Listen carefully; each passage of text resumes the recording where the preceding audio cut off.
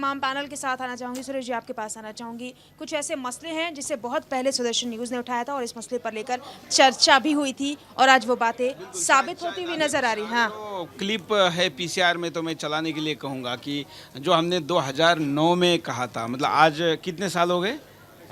5 साल। हाँ, मतलब 2009 में भी हमने चुनाव के काफ़ी पहले कहा था, जब आडवाणी का नाम डिक्लेयर नहीं हुआ था, तभी कहा था कि प्रधानमंत्री नरेंद्र मोदी को बनाया जाए तो क्या हो सकता है। और जो बातें तब हमने कही थी कि कार्यकर्ता में उत्साह आएगा, आइडियोलॉजिकल लोग ज़्यादा अच्छे साथ खड़े होंगे, नया नेतृत्व आएगा, आडवाणी जी के और तमाम बाकी पुरानी टीम के प्रति जो लोगों के मन में नकारात्मक भाव है उसका उपाय मिलेगा। जो बातें कही थी वो आज लागू हुई है, हालांकि ज़्यादा प्रभावी तरीके से हुई है, लेकिन तब हमने कहा था। शायद कंट्रोल रूम में ये विजुअल अगर है तो वो मैं चलाने के लिए भी कहूँगा और हम उसको सुनेंगे भी। चले इस वक्त जो मसला हमने उठाया है उस मसले को इस वक्त देखने और समझने की कोशिश करते हैं सुदर्शन न्यूज़ के जरिए, क्योंकि सुदर्शन न्यूज़ ने ये सवाल बहुत पहले ही उठा दिया था।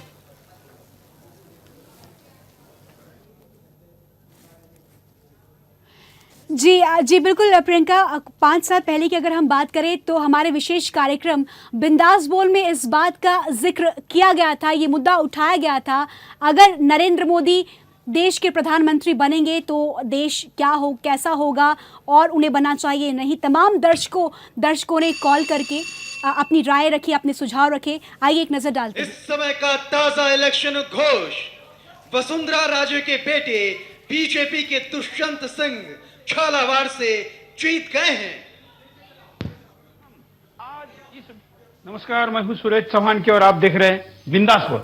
बिंदास बोल में हम आपके सामने हाजिर है फिर एक ऐसे मुद्दे को लेकर जो जुड़ा है आपसे, हमसे, हमारे इस प्यारे देश से। और हम आज इस बिंदास बोल में वैसे तो एक व्यक्ति के लिए ये विषय हम सवाल आपको पूछ रहे हैं, लेकिन बात देश की है, इसलिए व्यक्ति मायने नहीं रखता, मायने इसलिए रखता है कि उसमें कोई क्षमता है। कई लोगों के मन में सपने जो देश के प्रति है वो पूरे होने के, इनके मार्फत पूरे होने के रास्ते लोगों को लगते हैं और इसलिए लोगों को लगता है कि नरेंद्र मोदी प्रधानमंत्री होने चाहिए। नमस्कार, बोलिए क्या कहना है आपका? मेरा यह कहना है कि नरेंद्र मोदी जी भारत के पंतप्रधान अवश्य बनना चाहिए। ऐसे यदि पंतप्रधान का सीधे जनता के मतों से यदि चुनाव हो तो 101% मोदी जी पंतप्रधान बनेंगे और 20 साल के अंदर भारत विश्व की महासत्ता हो जाएगी और इस देश के सामने 100 साल तक देखने की किसी की हिम्मत नहीं होगी यदि मोदी जी पंतप्रधान बनते तो। बिल्कुल, धन्यवाद।